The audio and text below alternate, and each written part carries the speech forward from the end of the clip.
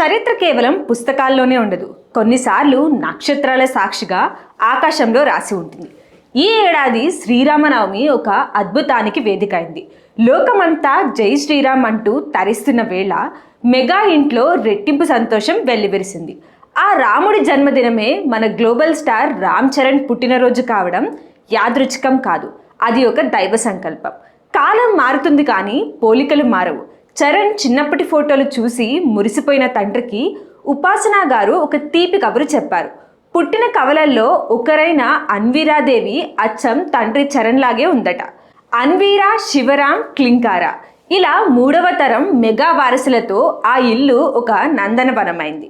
గొప్పతనం అంటే సింహాసనం ఎక్కడం కాదు, 10 మంది కన్నీళ్లు తుడవడం. మెగాస్టార్ చిరంజీవి పేరులోనే ఒక వైబ్రేషన్, మనసులో ఒక సముద్రమంత ప్రేమ. తనకు దక్కిన ఎన్టీఆర్ నేషనల్ అవార్డు నగదు 10 లక్షల రూపాయలను తన కోసం ఉంచుకోలేదు, సమాజం కోసం పనిచేశారు. బసవతారకం క్యాన్సర్ ఆసుపత్రి నుంచి దేవనార్ అందుల ఫౌండేషన్ వరకు సర్వ్, వాల్మీకి, నయశ్రీ సంస్థల ద్వారా ఆ సాయం అనాథల చెంతకు చేరింది.